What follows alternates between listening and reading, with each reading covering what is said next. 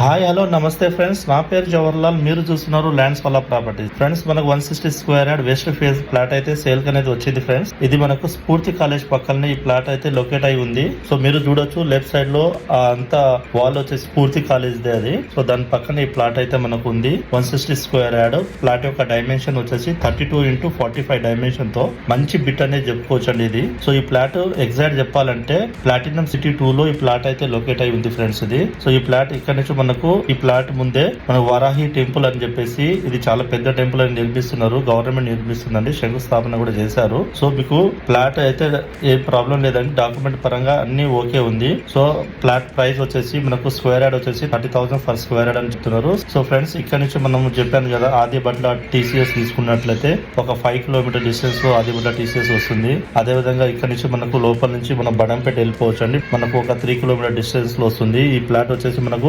Badangpet municipality ఏరియాలో ఈ plot అనేది వస్తుందండి. ఇంకో విధంగా ఇక్కడ నుంచి మనకు లోపల నుంచి వెళ్తే గుర్రం కూడా వెళ్ళిపోవచ్చు అండి.